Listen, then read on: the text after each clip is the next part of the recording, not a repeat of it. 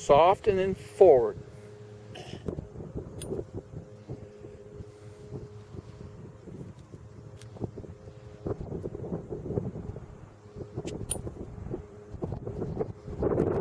Very nice. Let's rehearse it. Short, and what you're working on is technique. I don't care if you make it. I care about the technique. A little softer backswing. That was a little quick. That was a little quick. It's a little long. Yeah, it is. That's about right. Slow and soft, smooth acceleration. Let's just try that one right there. The backswing is what you're really trying to master. Slow and soft, short and long. Slow and soft. Good, good. Okay, Randall, I'm going to compare your putting stroke to Tiger, and on the left was the putting stroke that you started with at the beginning of the putting session. This was before we did any adjustments or changes in it. And first, let's look at your setup. I like the way your arms are sitting into your chest. That looks good. Your stance is a little bit wider than Tiger's stance is. I don't have any comments on that right now. There's some other things that I think are more important for you to adjust than the width of your stance. It's possible that you could experiment with just a few inches of adjustment. Just move it in a couple inches, get it a little bit more narrow. But I don't have a real issue with that width stance, so leave that alone. I'm going to talk about some other things in your setup. To me, the most obvious visual difference is how much shaft lean you have in the putter. And so let's look at that. If I were to, your shaft lean is about 8 degrees. If it was a 90-degree angle there, you're at 82 degrees, so you're 8 degrees away from straight up from vertical. Tiger, let's see what he is. Tiger's about 1 degree. So he's 1 degree away from vertical, and you're 8 degrees away from vertical. Now let's look at the shaft angle at impact.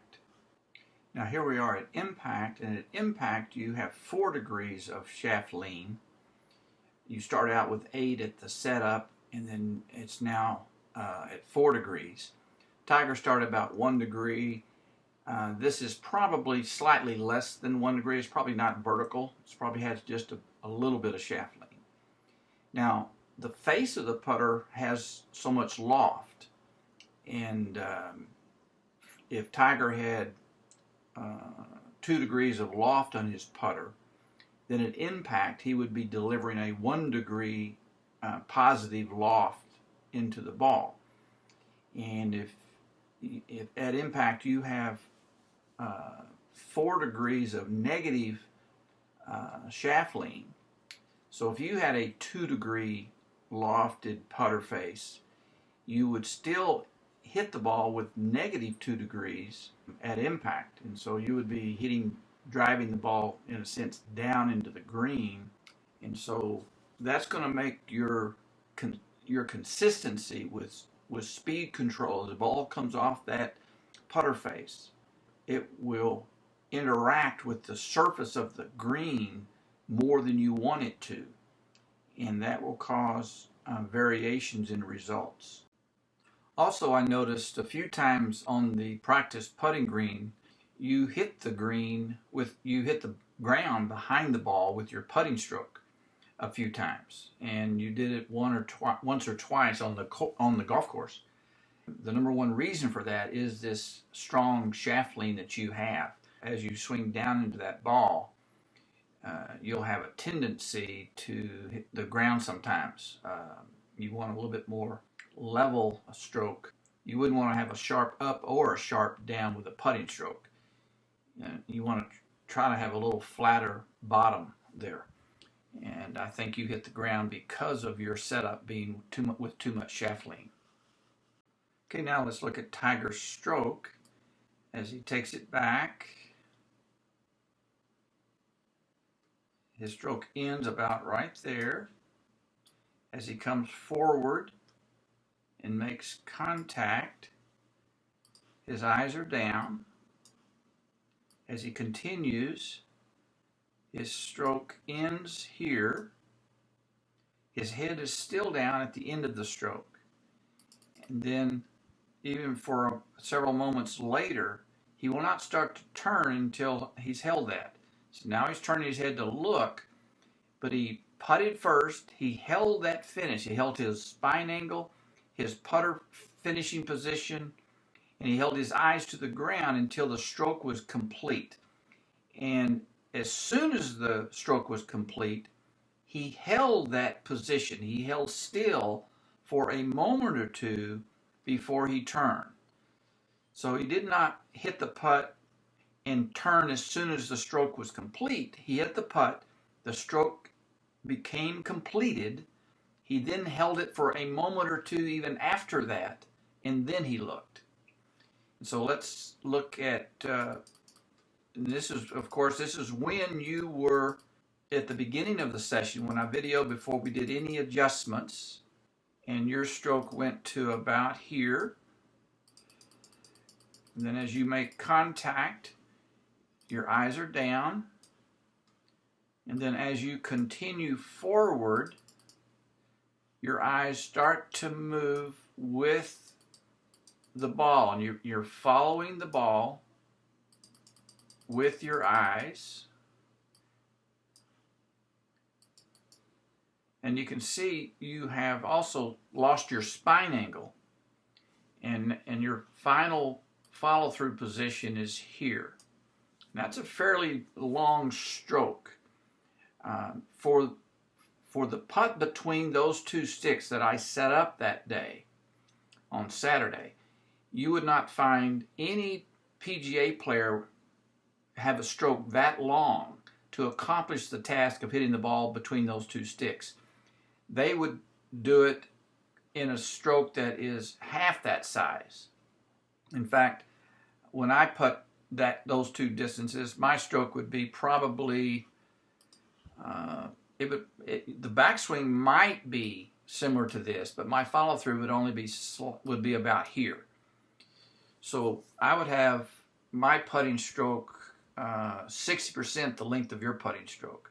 And that's going to give me an advantage over consistency and repeatability if I can have a more compact stroke to accomplish these distances. Now we're going to take a look at your stroke after you worked on the putt, hold, and look. So you take the club back. In this particular stroke, your club went to about right there. You hit the ball. Your eyes are down. The ball rolls away and your eyes are still down. Your eyes are still down. Your putter has come to a complete stop here. And that's much shorter than it was with your other stroke. And your putter's come to a complete stop and your eyes are still down. You then look, and you did not have any kind of a radical recoil where you pull the putter back. You just turned your head. You didn't lift. So your stroke, when you did the putt hold look, you automatically condensed the stroke. And so by keeping your head still and your eyes down, it automatically shrank your follow through. Okay, so that's much, much better. Okay, Randall, on the right is your stroke at the beginning of the putting session, and on your left is your stroke after we kind of tinkered around a little bit with the backswing being a little softer and slower and smoother and shorter, and then accelerating forward. I'm going to frame advance the one on the right. Each frame, I'm going to count how many frames are there from the time you start the backswing to impact. So first on the right, each click, you'll see the putter head start to move backwards. 1, 2, 3, 4, 5, 6, 7, 16, 17, 18, 19, 20, 21, 22, 23, 24, 25, 26, 27, 28, 29, 30, 31. So there are 31 frame advances on that one. Here's the stroke on the left.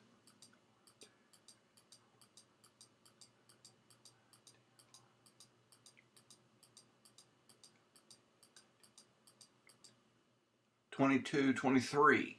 So there is a much shorter stroke. The length of it was right here. I'm going to put that right at the end of the shaft. Right at the end of the shaft. The length of the backswing are basically the same.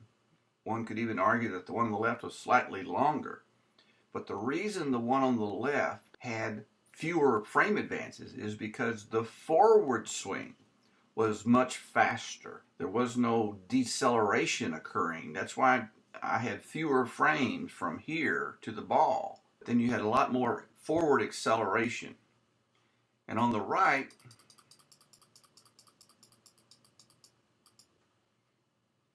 you follow through quite a bit to here.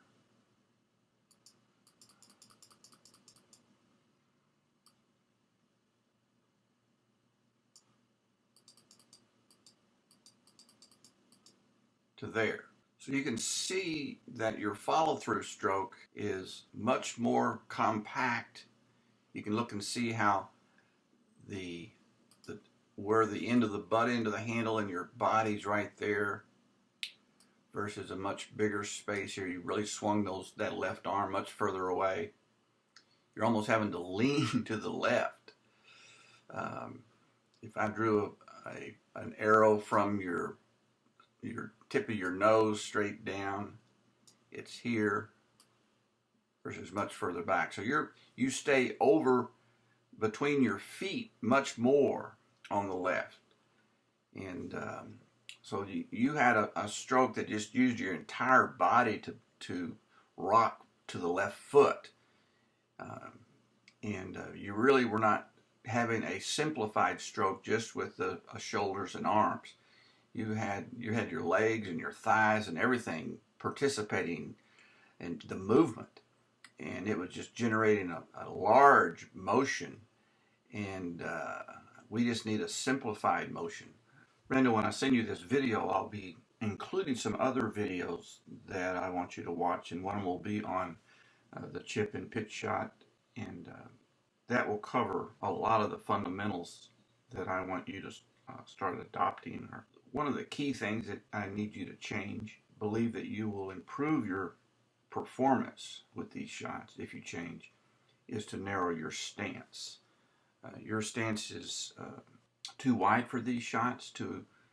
They don't provide you with the foundation that facilitates other good fundamentals during the swing.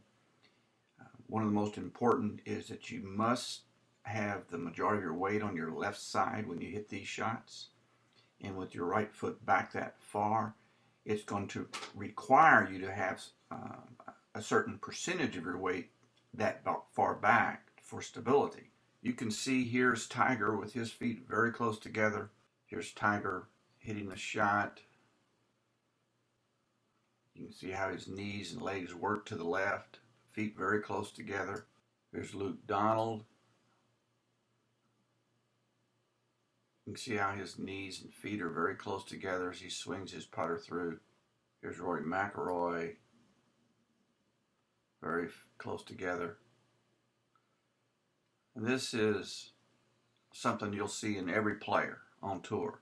Every elite player will have their feet very close together when they hit these shots. Now they may have some small variation in how close. Some will be really close, like Roy right here has his feet really close together.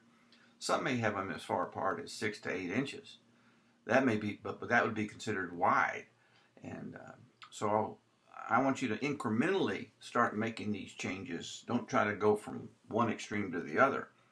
But I would start out getting comfortable with half that distance. So I would cut that space in half. The other thing I would do is choke down on the club. You can see how Tiger's choking down at least a couple of inches on his club. That is one of the fundamentals of short game shots. His feet close together, choke down on the club, weight on your left side, keep it on the left side in your back swing, swing the chest in connected swing. And so I want you to adopt all of these fundamentals, and your chipping will get better. As you come through, you use pretty good technique in terms of connectedness. I like the fact that your hands are in front of your chest right now, and you swing that as a unit. That's excellent. So the actual swing of the club is very sound and fundamental. As we look at Tiger, in terms of swinging, having a connected swing, and you lift up with your eyes just like Tiger does. When Tiger finishes, he's right there.